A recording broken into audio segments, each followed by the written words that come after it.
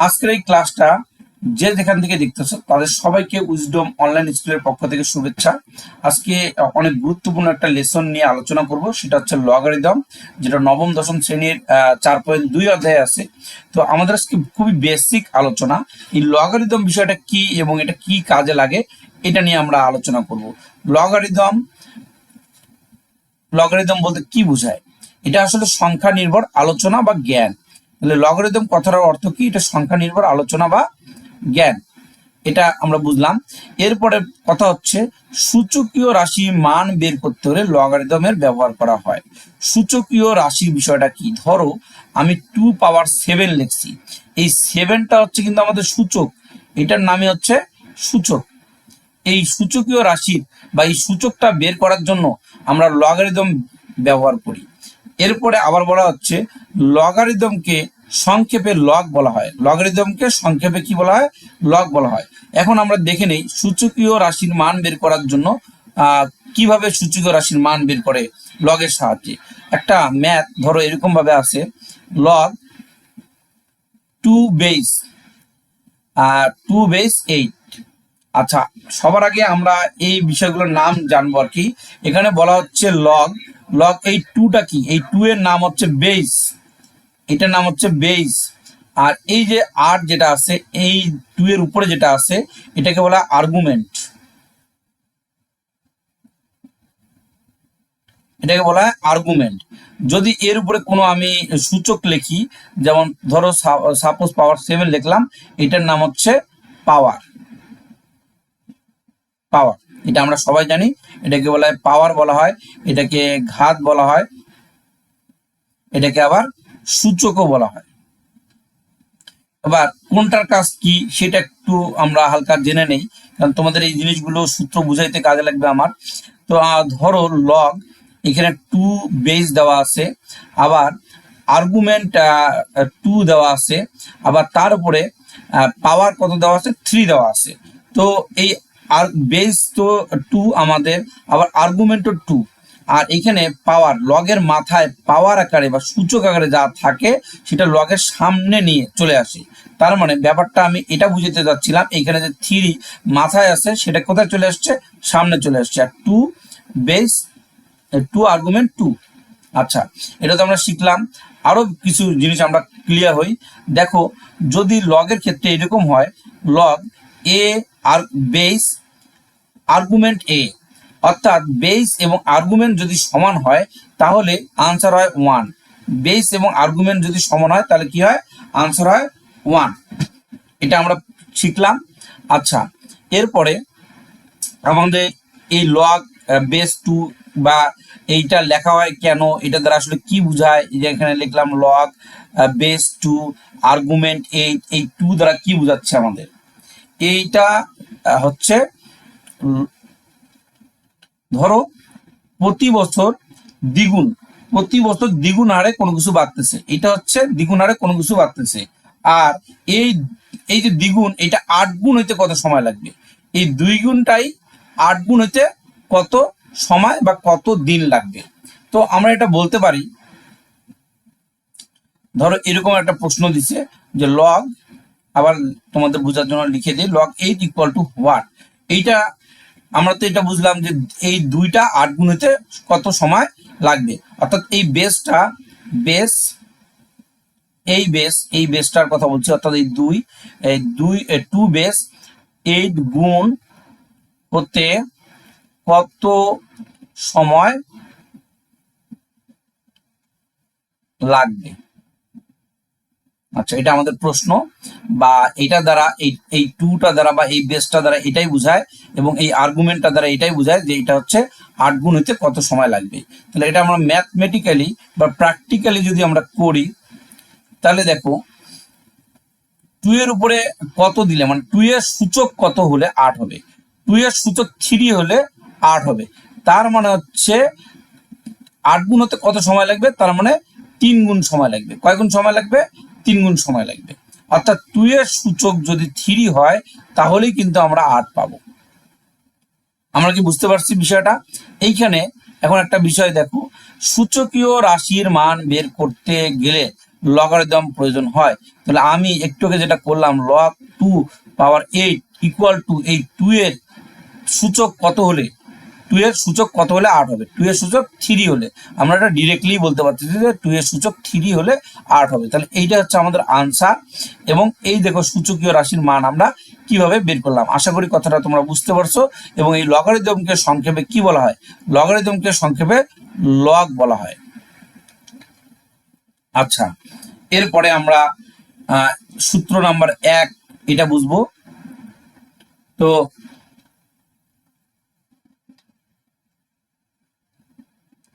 দেখো 1 নাম্বার ফর্মুলার মধ্যে যেটা বলছে, লগ এ বেসের উপরে আর্গুমেন্ট আকারে 1 থাকলে এইটার ভ্যালু 0 হয়। কিভাবে হয়? আমরা একটা বিষয় শিখছি এর আগের ক্লাসগুলোতে, সূচক অধ্যায়ে, কোনো সংখ্যার উপরে 0 যদি থাকে তাহলে কিন্তু 1 হয়। কিন্তু এখানে একটা কন্ডিশনও বলছিলাম, এই যে বেসটা বা এই ভিত্তিটা, এই জায়গাটায় এটা কিন্তু নট ইকুয়াল টু কি হবে? নট ইকুয়াল টু 0 হবে। অর্থাৎ 0-র উপরে 0 হওয়া যাবে না। ঠিক আছে, 0-র উপর 0 হওয়া যাবে না। এবং এইটা আর কি বলছিলাম আমি, যে আমাদের কোনো সংখ্যার উপরে যদি 0 হয়, দেখো আমি যদি বলি 2 পাওয়ার 0 equal to 1, 7 power 0 equal to 1। ওকে, এইগুলো আমি গত ক্লাসে বলছিলাম। তাহলে এখন আমরা যেটা করব সেটা হচ্ছে, দেখো লগ এখানে বেস কত দেওয়া আছে? এ দেওয়া আছে। বেস যেটা থাকবে আর্গুমেন্ট সেটাই বানানোর চেষ্টা করতে হবে। তাহলে আমি আর্গুমেন্ট এ বানাই ফেললাম, কিন্তু এখানে তো আমার 1 আছে।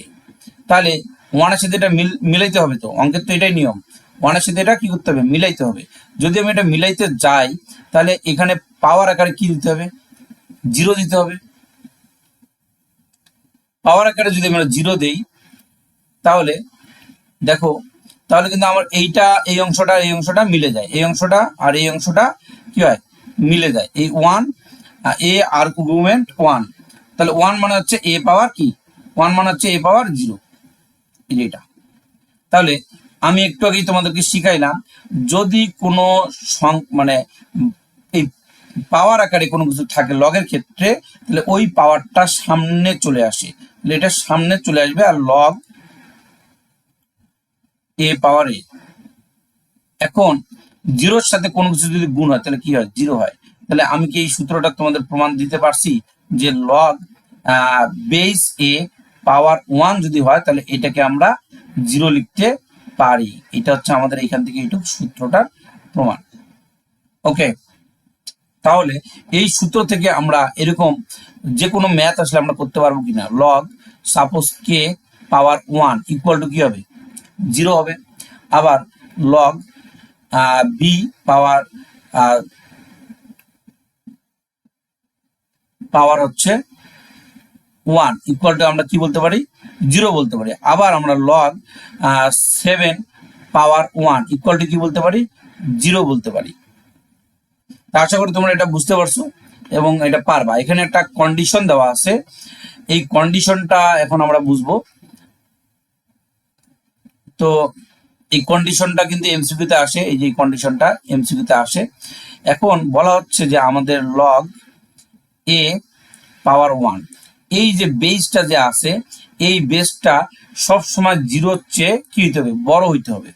0-র চেয়ে কি হবে? বেসটা বড় হবে। এই বেসটা 0-র চেয়ে বড় হবে। এটা কখনো 0 হবে না এবং ঋণাত্মক মানও হবে না। ঠিক আছে, তো 0 বা ঋণাত্মক মান হতে পারবে না। এই জন্যই দুইটা কন্ডিশন এখানে লেখা হয়েছে, যে 0-র চেয়ে বড় হবে এই বেস, আর একটা কি হবে? এই বেস নট ইকুয়াল কি হবে? 0 হবে। অর্থাৎ এটা 0 হইতে পারবে না। এটা কিন্তু এমসিকিউতে প্রায় আসে, তো তোমরা একটু প্র্যাকটিস করলে মনে রাখতে পারবা আশা করি। এরপরে আমরা পরের ফর্মুলাটা দেখি। এই ফর্মুলা গুলো দিয়েই তোমাদের 4.2 চ্যাপ্টারটা কভার করা হয়েছে। তো দেখো, যদি আমাদের বেস অ্যান্ড আর্গুমেন্ট কি থাকে? সমান থাকে। এটা বেস আর এটা হচ্ছে আর্গুমেন্ট। বেস অ্যান্ড আর্গুমেন্ট যদি সমান থাকে তাহলে 1 হয়। কিভাবে হয় তাই তো? কথা হলো এটা কিভাবে হয়, কেন হয়, কি কারণে হয়। তো দেখো এই কথাটার অর্থ কিন্তু তোমাদেরকে আমি একটু আগে লিখে দিছিলাম যে এই যে বেস যেটা আছে এটা হচ্ছে ধরো আমাদের এর পাওয়ার কত হলে, এটা দ্বারা কি বোঝাচ্ছে, এর সূচক এই বেসের সূচকটা কত হলে আমাদের কি হবে, এই সংখ্যাটা আমরা পাবো। আচ্ছা, তাহলে দেখো আমি যদি এর সূচক 1 ধরি তাহলে তো আমি এ পাই। এর সূচক কি ধরি, এর সূচক 1 ধরলে কিন্তু আমি কি পাই, এই এ পাই। তাহলে আমরা আশা করি বুঝতে পারছি আর্গুমেন্ট এবং বেস যদি সমান হয় তাহলে এর মান হচ্ছে 1 হয়। আচ্ছা, আর কিছু প্রশ্ন আছে, এগুলো অনেক সহজ, খুব দ্রুতই বুঝতে পারবা, বেশি সময় লাগবে না আর। তো আমরা পরের ফর্মুলাগুলো দেখি। এখানে বলা হচ্ছে লগারিদম বেস এ, তারপরে এম এন, এটা থাকলে কি হবে, গুণের ক্ষেত্রে এম আর এন কিন্তু গুণ আকারে আসে, তাহলে লগ বেস এ এম, গুণের ক্ষেত্রে এটা প্লাস হয়ে যায়। আবার আমরা লগ এ বেস কি লিখবো, এন লিখবো, তাহলে গুণের ক্ষেত্রে কি হয়, প্লাস হয়ে যায়। এরপরটা আসি আমরা, লগ এ বেস এম ডিভাইড এন সমান সমান লগ এ বেস এম মাইনাস, তো ভাগের ক্ষেত্রে কি হয়, মাইনাস হয়ে যায়, গুণের ক্ষেত্রে কি হয়, যোগ হয়ে যায়, আর ভাগের ক্ষেত্রে মাইনাস হয়ে যায়। লগ এ বেস এন, তাহলে উপরেরটা থেকে নিচেরটা কি হয়, মাইনাস হয়ে যায়, এবং প্রত্যেকবারে কিন্তু লগ বেসটা কিন্তু বসবে। তাহলে আমরা এই ফর্মুলাটা বুঝলাম। আর তোমাদেরকে একটু আগে যে ফর্মুলাটা দেখাইছি যে আমাদের এটা হচ্ছে লগ, ধরো বেস হচ্ছে এ, এর আর্গুমেন্ট হচ্ছে এম, আর পাওয়ার হচ্ছে এন, এই যে তিনটা জিনিস আছে, এই পাওয়ার যেটা থাকে এই পাওয়ারটা কি হয়ে যায়, এই পাওয়ারটা লগারিদমের ম্যাথের ক্ষেত্রে সামনে চলে আসে, এই যে লগের সামনে চলে আসে, এন লগ এ পাওয়ার এম। এই 5টা ফর্মুলা দিয়েই আমরা পরবর্তীতে অনেক 4.2 এর অনেকগুলো ম্যাথ করে ফেলবো। তো তোমরা এই সূত্রগুলো বারবার লিখবা, তাহলে অবশ্যই মনে রাখতে পারবা, সূত্র মনে রাখতে না পারলে কিন্তু ম্যাথ হবে না। ঠিক আছে, তাহলে আজকে এই পর্যন্তই। তোমাদের যদি ভিডিওটা ভালো লাগে তোমরা অবশ্যই বেশি বেশি লাইক কমেন্ট শেয়ার করবা, সাবস্ক্রাইব করবা। Thank you.